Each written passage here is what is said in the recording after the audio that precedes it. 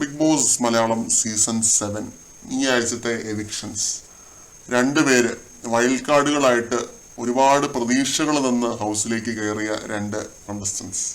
Praveen, marketing Mallu Praveen, അതേപോലെ തന്നെ മസ്താനി, വിജയ് മസ്താനി. ഇവർ രണ്ടുപേരുമാണ് ഹൗസിന് പുറത്തായിരിക്കുന്നത്. വന്നു കയറിയ രണ്ടാമത്തെ ആഴ്ച തന്നെ പുറത്തായിരിക്കുകയാണ് രണ്ടുപേരുടെയും ഗെയിം എവിടെയാണ് പാളിപ്പോയത് എന്നൊക്കെ ചോദിച്ചു കഴിഞ്ഞാൽ നമുക്ക് രണ്ടുപേർ ഓരോന്നോരോന്നായിട്ട് എടുക്കാം.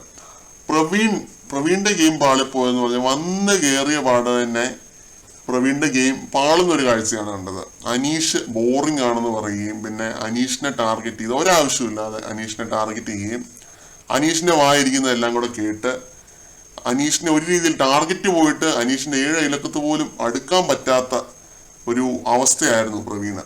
അപ്പം എന്നിട്ട് അനുമോളുടെ പുറകെ കൂടി അനുമോളുടെ വാലെ തൂങ്ങി കുറച്ച് നാൾ നടന്നു. പ്ലാച്ചിപ്പാവയും തൂക്കി, പിന്നെ അനുമോളുടെ ഭർത്താവെന്ന് പറഞ്ഞ ആക്ടും ചെയ്ത് അങ്ങനെയുള്ള കാര്യങ്ങളൊക്കെ കാണിച്ച് നടന്നു കുറച്ച് നാൾ. അപ്പോൾ പ്രേക്ഷകർ നോക്കുമ്പോൾ എന്താണ്, ഒരു നിലപാടുമില്ല, ഒരു രീതിയിലുള്ള ഗെയിമും കളിക്കുന്നില്ല. ഒരു പറയുന്നതാണെങ്കിൽ വെറും തോന്നിവാസവും ഇതും മാത്രമാണ് പറയുന്നത്. പട്ടിഷോ കാണിക്കാൻ വേണ്ടി മാത്രമേ വാ തുറക്കത്തുള്ളൂ. അത് റെനയുടെ അടുത്ത് റെനേപ്പോഴുള്ള. അപ്പൊ ഇതൊക്കെ വെച്ചിട്ട് പ്രേക്ഷകരിൽ നിന്ന് അകന്നു പോകുന്ന കാഴ്ചയാണ് കണ്ടത്. വന്നു കയറി ഒരു ഫസ്റ്റ് വീക്കിൽ തന്നെ അകന്നു പോകുന്ന ഒരു കാഴ്ചയാണ് കണ്ടത്. ഒരു രീതിയിലും ഒരു ഗെയിം കളിക്കാനായിട്ട് ആവതില്ലാത്തൊരു നിർഗുണനായ ഒരു കണ്ടസ്റ്റന്റ് ആയിരുന്നു പ്രവീൺ, മാർക്കറ്റിംഗ് മല്ലു പ്രവീൺ. ഒരുപാട് പ്രതീക്ഷകൾ തന്നിട്ടാണ് കയറിയത്, പക്ഷെ ഒരു കാര്യമില്ല എന്ന് പറയുന്ന പോലെ വെറും നനഞ്ഞ പടക്കം എന്നൊക്കെ പറയാൻ പറ്റുന്ന പോലത്തെ ഒരു കണ്ടസ്റ്റന്റ് മാർക്കറ്റിംഗ് മല്ലു പ്രവീൺ.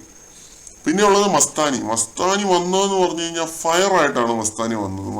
തീപ്പെട്ടി വേണ്ട, തീ ഇരിക്കട്ടെ എന്നൊക്കെ പറയുന്ന പോലത്തെ ഒരു പരിപാടിയായിരുന്നു മസ്താനിയുടേത്.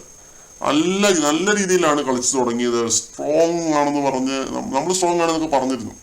അപ്പോൾ ആ രീതിയിൽ സ്ട്രോങ് ആയിട്ട് കളിച്ചിട്ട് പിന്നെ ലക്ഷ്മിയുടെ കൂടെ കൂടി ലക്ഷ്മിയുടെ നേരിലായിപ്പോയി. ലക്ഷ്മി ഒതുക്കി കളഞ്ഞു എന്ന് വേണമെങ്കിൽ പറയാം. ലക്ഷ്മി അത്ര വലിയ സംഭവമൊന്നുമല്ല, പക്ഷെ ലക്ഷ്മി ഒതുക്കി കളഞ്ഞു. ലക്ഷ്മിയുടെ ആ ഒരു നെഗറ്റീവ് വിഷ ഗെയിമിൽ മസ്താനി ഒതുങ്ങിപ്പോയി.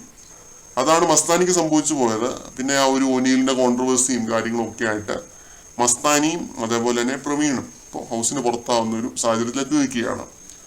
ഇത് പ്രേക്ഷകരുടെ ഭാഗത്തുനിന്ന് സംഭവിച്ച ഒരു ഗെയിം എന്താണെന്ന് വെച്ച് കഴിഞ്ഞാൽ എല്ലാവരും സാബുമാന് വോട്ട് കൊടുത്തു. സാബുമാനാണ് എല്ലാവരും സപ്പോർട്ട് കൊടുത്തത്. അത് ഇവരെ രണ്ടുപേരെയും പുറത്താക്കാൻ വേണ്ടി തന്നെ കണക്കായി പോയെന്നേ പറയാനുള്ളൂ. കാരണം നമ്മളൊരു മനഃശാസ്ത്രം അറിഞ്ഞിട്ട് വേണം ബിഗ് ബോസിന് അതിൽ കളിക്കാനായിട്ട് പോകാനായിട്ട്. പ്രേക്ഷകരുടെ ഒരു mind set, basic mind set നമ്മൾ ഫസ്റ്റ് തിരിച്ചറിയണം. എന്താണ് പ്രേക്ഷകർ ചിന്തിക്കുന്നത് എന്നുള്ളത് അറിയണം ആദ്യം. അത് ആ രീതിയിൽ വേണം കളിക്കാനായിട്ട്. സാബുമാൻ അവിടെ മിണ്ടാതിരിക്കുന്നുണ്ട് എന്ന് പറഞ്ഞാലും അത് മിണ്ടാതിരിക്കുന്നതുകൊണ്ടാണ് പ്രേക്ഷകർക്ക് ഈ രീതിയിൽ തോന്നുന്നത്. ഇവർക്ക് വോട്ട് കൊടുക്കേണ്ട, സാബുമാനും വോട്ട് കൊടുക്കുക, അവനൊരു പാവമാണ് എന്ന് പ്രേക്ഷകർക്ക് തോന്നുന്നത് ഇത് കാരണമാണ്.